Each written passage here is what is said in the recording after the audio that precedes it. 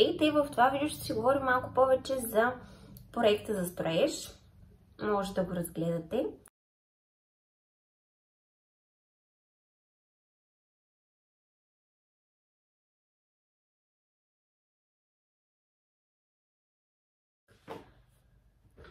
Ако вече не сте го видяли в другите ни клипове.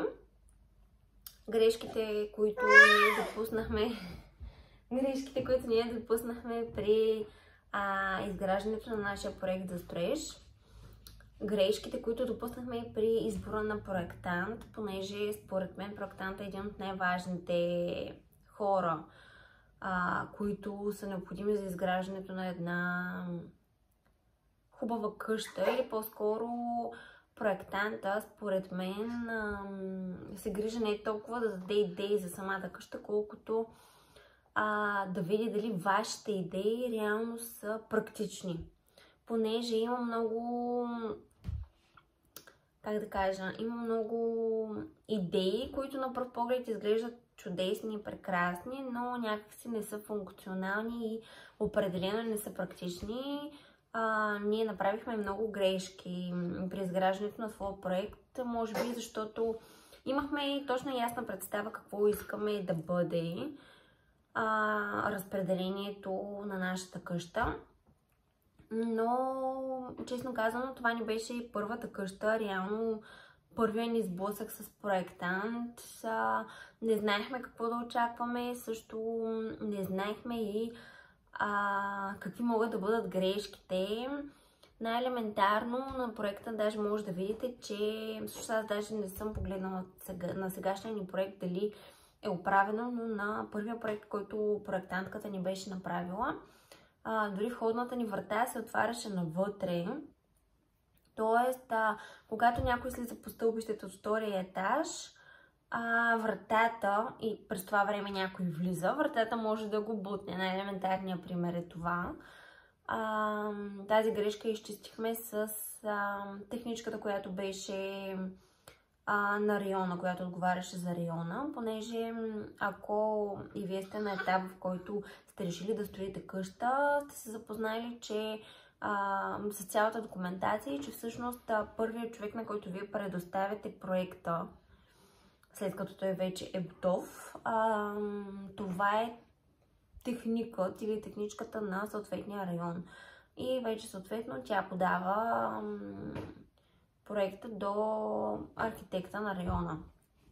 В нашия случай, първо да започна там, че ние избрахме проектантка, която е възрастна, и това не беше най-големия проблем, че е възрастна. По-скоро проблема дойде от там, че тя не беше запозната с текущите изисквания, т.е. има няколко новости, които всъщност чисто като човек, който изготвя проекти за строеж, пак казвам проекти за строеж, а не просто случайен проект. Тоест този проект трябва да бъде одобрен от архитекта, за да стигне всъщност в обращение и реално физически да се започне неговото строене и реализиране. Нашата проектантка не беше запозната с много от нещата. По тази причина всъщност и проекта ни многократно беше връщан за преработка, което ни забави някъде с около 4-5 месеца. Ние имахме разминаване в квадратите на парцела, което също ни забави около 6 месеца някъде. В общи линии доста чакахме разрешението за строеж, но голяма част от това чакане дойде и от нашия проектант, понеже когато един човек е в крак с нещата и знае изискванията, би могъл да бъде максимално полезен на своите клиенти и всъщност да им предостави тази информация. В крайна сметка, вие си плащате за тази услуга, за да ви се изготви функционален проект за строеж, който да бъде одобрен и да няма това постоянно мотаене по институции и защяло и за нещяло. То пак ще го има, но когато изчистите максимално грешките, чакането няма да бъде година, ами ще бъде 6 месеца. Пък както знаем, времето е пари и в общи линии за 6 месеца цената на бетона, желязото и всичко може да скокне с едни 30%, както се случи в нашия случай. Ние строихме по време на COVID, тогава започнахме да строим всъщност.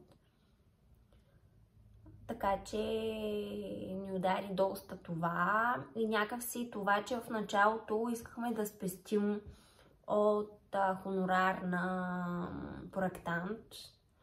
Не избрахме най-ефтино платения, но не избрахме и най-скъпо платената. Избрахме такава, която е по средата и това може би ни изигра някакси лоша шега. Ние бяхме и проверили достатъчно. Мислихме си, че просто проектанта визуализира това, което реално не искаме и го превръща в едни планове за изглед и съответно допълнителните ВК. Изобщо не очаквахме и не знаехме, не бяхме запознати, че проектанта е наистина изключително важен и от него зависят много неща, зависи времето, в което чакате за разрешение. Изключително много неща наистина зависят, така че моят съвет е избирайте си проектанта разумно. Най-вече проверявайте не на 5, поне на 10 места дали този проектант е в крак с нещата, дали работи добре, дали работи бързо. В общи линии събирайте мнения, наистина, и си направете преценката за себе си. Не пестете, определено не пестете пари за проектант, защото проектантът е много важен и той може да ви спести или да ви удължи времето в чакане за разрешение за строеж. До тук мисля да се спра на проектанта. Ако все пак имате някакви въпроси относно проектант, как да се изберете, откъде да се изберете, може да пишете долу в коментарите, ще се радвам да ви бъда полезна. В самия проект грешките, които допуснахме. Първо, ние искахме, най-много държахме на това как ще бъде устроена къщата отвътре, без да мислим как реално тя ще изглежда отвън. Към момента тя не изглежда зле отвън, но има много по-разчупени къщи, които изглеждат много по-добре отвън, но вече е факт нашата къща, така че аз съм доволна как се получи до момента. Но грешките, които ние допуснахме, са чисто функционални. Първо ще започна от там, че когато правите проект за строеж, е хубаво да знаете всяка стая за какво ще я ползвате. Говоря освен на хола и кухнята и тоалетните и техническото помещение, говоря за спалните, които имате. Как ще ги ползвате, коя стая за кого ще бъде, хубаво предварително да си измислите. И не говоря толкова за квадратите на самите стаи, колкото за самото разпределение вътре. Как виждате къде да бъдат позиционирани контактите, къде да бъдат позиционирани уредите вътре в самите стаи, телевизори, климатици, печки, перални, всичко електрическо, къде да бъде позиционирано, защото това влияе на ЕО проекта, който е включен във вашия проект. И всъщност при нас се случи така, че тя не беше позиционирала според нея как ще бъде добре в стаите, къде да бъдат позиционирани леглата, къде да бъдат позиционирани телевизорите, гардероби, печките тук на първия етаж, в хола и в кухнята, къде да бъдат хладилници. И всъщност почти нищо от това, което е в нашия проект, не е така. Спалните ни, най-елементарното, нашите спални горе, леглата, нямаме нито едно легло, което да е позиционирано на мястото, на което е определено в проекта. И съответно оттам идва и разминаването на телевизорите, които ще са позиционирани. Долу на първия етаж е по същия начин. Телевизора ни също не е там, където проектът е заложено. Също хладилника ни не е където е разположено. Единственото, което е оцелила като разположение, това е фурната ни долу. И там грешката не е в самата проектантка, а в нас. Просто ние не гледахме това в самия проект, а самото разпределение на стаите, колко квадрата да бъдат те, колко квадрата да ни бъде техническото помещение, коридорите, но не сме гледали изобщо това как са позиционирани самите уреди вътре в стаите. Това е едната грешка.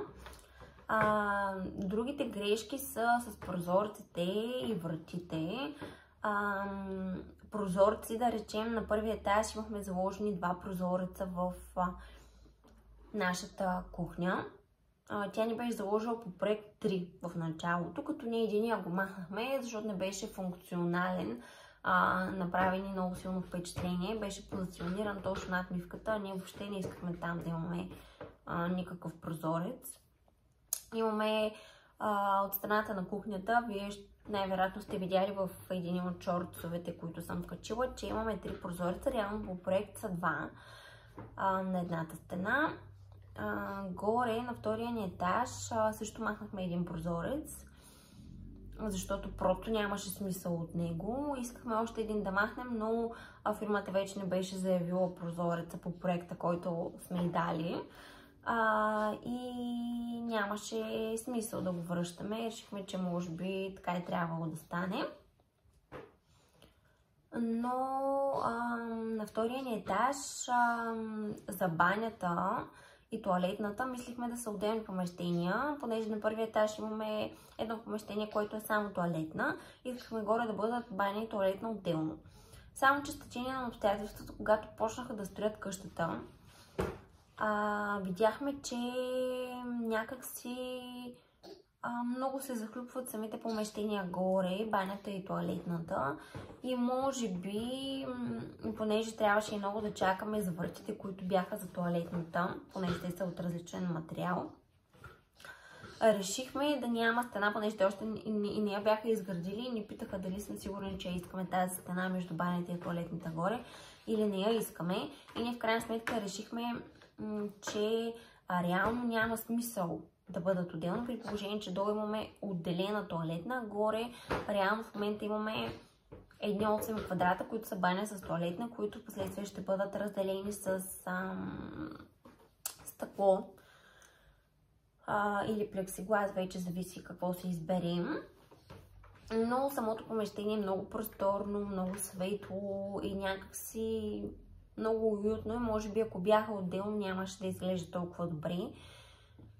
Но няма как да знаем, защото вече са заедно. Да не съжаляваме, че решихме да махнем тази стена. Също от нея реално спестихме цели 2 стени с плочки и още една врата. Мисълта ми е, че много грешки могат да се допуснат, чисто функционално, дали на вас ще ви е удобно,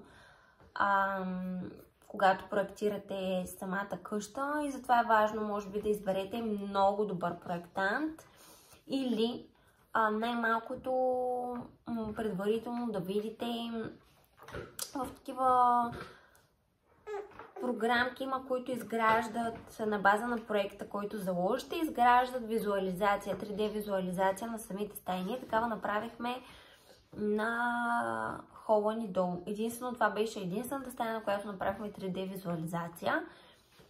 Да видим как ще бъде, и по нея всъщност видяхме, че искаме още един прозорец, защото изглеждаше много тъмно, само с 2 от тази страна.